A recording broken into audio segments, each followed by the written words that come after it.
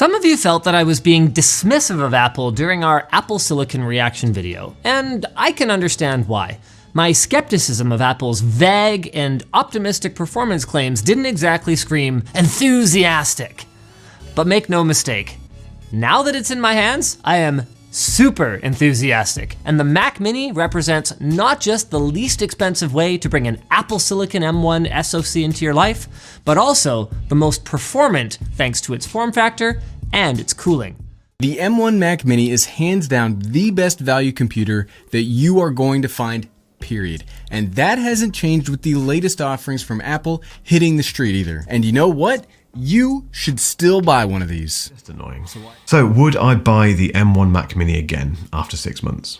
Yeah, I really would. I think the fact that I've lived with those two showstoppers for 6 months, and although they annoy me immensely, I think that speaks volumes about how good that M1 Mac Mini is. That Mac Mini outperforms pretty much every other device I have in the studio constantly. It never sweats, it slots easily onto that desk, it works relentlessly. If, like me, you can look past those showstoppers, they may not even affect you, but if you can look past them, it's such a good buy. So the answer is yes, I would 100% buy that again. I just hope. And also arguably the most powerful computer that I've ever used. So after 9 months, does the Mac Mini need more power? So if you were to ask me, do I still like this computer? Do I still recommend this computer? Do I still think it's an awesome value? Should you get it if it seems like something you need? My answer is yes. The M1 chip has made everything so much quicker, so much more optimized. The need for more RAM is not as important. Depends on, of course, it depends on your application now. Depends on the tools and what's important to you. Now, I do wish that I could do more expansion as far as my Mac Mini here, like you can do like on a desktop PC, but those are depending on the things that you value the most to you. Now, would I recommend buying this M1 Mac Mini now, a year later that it's been released? I would say it depends. Now, if you really need a computer and you're just kind of stuck, I wouldn't hesitate to buy it, but I wouldn't buy it at full price. There are definitely deals out there now, and even Apple's own site, the refurbished section of their store, I wouldn't hesitate to buy one of those machines as well. And now if you combine the performance, the efficiency, and the reliability, you're truly getting a ton of value for the cash, especially compared to other desktop Windows PCs that you can get right now.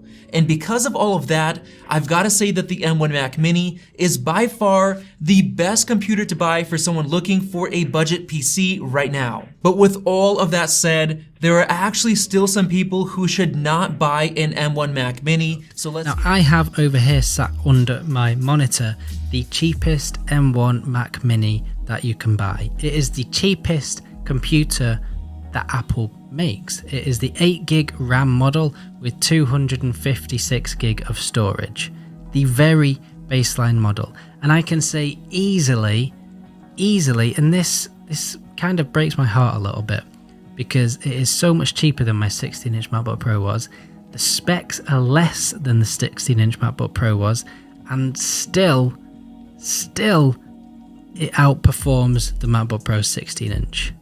I find that really difficult. In my opinion, I believe that this particular M1 Mac Mini is the best value M1 Mac Mini you can buy right now if you don't need the ultra portability of a laptop. And even then, as I've shown in this video, a lot of people actually do use this as a portable device and use it very well. I think for the amount of performance and pure power this thing can deliver to you at such a bargain price of what is currently $649 or even less if you have a student or veterans discount, this thing trumps pretty much everything, and it has the performance, the stats, and also the reviews to back it up. I personally have mine connected to the LG 5K ultrafine display, and it looks incredible. Really great for me when I'm both editing and watching videos. And this to me is a very pro feature, as these displays are meant for professionals. And with that, there's really no other way to say this. This computer is absolutely phenomenal. This is the fastest and most capable Mac I've ever used, and I can't believe I'm saying that about a Mac Mini. The M1 chip really is a game changer, and if Apple got the first generation this good, man, I'm dying to see what the next generation is going to look like, especially on their more pro devices. I could say confidently that this will be a great choice for you if you're coming from an older Mac, particularly one that's running on fumes like mine was. I mean, the value you're getting here with the price tag is truly unmatched. But even with all the pros and cons, y'all, that I've shared in this video, do I think the M1 Mac Mini is worth the money at this time? Like, if you guys are looking to buy a computer, I would say 100% yes. Give the Mac Mini a huge, and I mean a huge consideration if you guys are wanting a desktop-like experience into the Apple operating system. And you don't want to really shell out a whole bunch of money, but you still want that same high-powered, fluent experience. Now, I have to admit, this machine here, y'all, is no doubt my absolute favorite computer I've ever owned. But this much is true. The M1, it's not overrated. Now, it might not be the chip for you. It might not be the truck you need. But I'd argue that it's the chip for many, maybe even most, even for me. And it, along with its yet announced successors, will continue to demonstrate that the efficiency of building something in-house with the instruction mix, buses, cache locations and quantities, coprocessors, and additional additives allow for optimization and vertical integration that a one-size-all chip, it just can't accomplish.